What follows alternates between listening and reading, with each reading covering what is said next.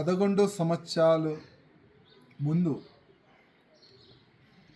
Continue చల్లదు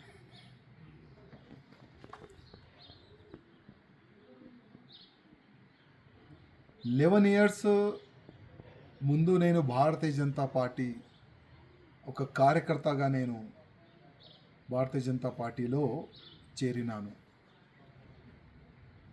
Bharatiya Janata party అధికారులు నాపైన విశ్వాసం పెట్టుకొని గోషామేల్ నియోజకవర్గం నుంచి నాకు మూడోసారి టికెట్ ఇచ్చినారు.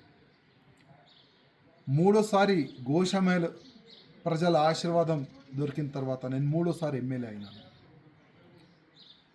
కంటిన్యూగా నా గోషామేల్ ప్రజలు సేవ చేసుకుంటా కంటిన్యూగా దేశం పట్ల, హిందూ సమాజం పట్ల, గౌమాత గురించి, లవ్ జిహాద్ గురించి నేను పోరాడుతూనే ఉన్నాను. అందరు కూడా చూస్తున్నారు. కానీ ఇవాళ ల్యాక్స్ ఆఫ్ భారతీయ జనతా పార్టీ కార్యకర్తల గొంతుకి ఆ గొంతుని నేను ఢిల్లీ వరకు తీసుకొని వెళ్ళాలనుకున్నాను. కానీ నేను అక్కడ ఫెయిల్ అయిన అనుకున్నాను. ఎందుకో భారతీయ జనతా పార్టీ అధికారులు నేను రిజైన్ దేని గురించి ఇచ్చినాను, దీని వెనుక రీజన్ ఏముంది, దానికి వాళ్ళు పరిశీలించలే అనుకుంటున్నాను, చూడలేదు. ఇవాళ మా రాష్ట్రీయ అధ్యక్ష వారు నా రిజైన్ని వాళ్ళు యాక్సెప్ట్ చేసినారు. నాకు ఒక మీడియా మిత్రులు నాకు వాట్సాప్ పరంగా నాకు పంపించినారు, అది నాకు దొరికింది.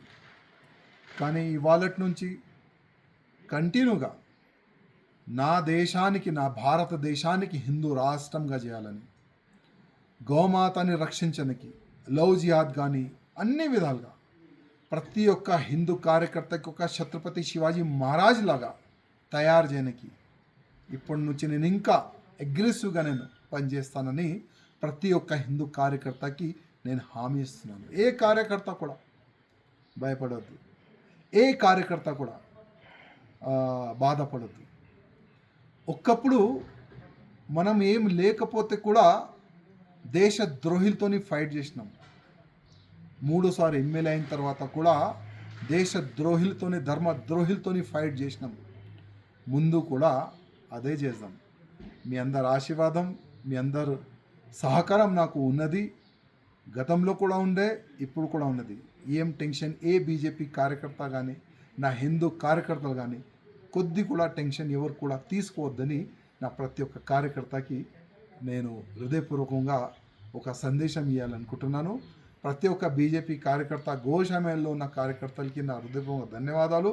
మూడోసారి నాకు ఆశీర్వాదం ఇచ్చినందుకు. జై శ్రీరామ్.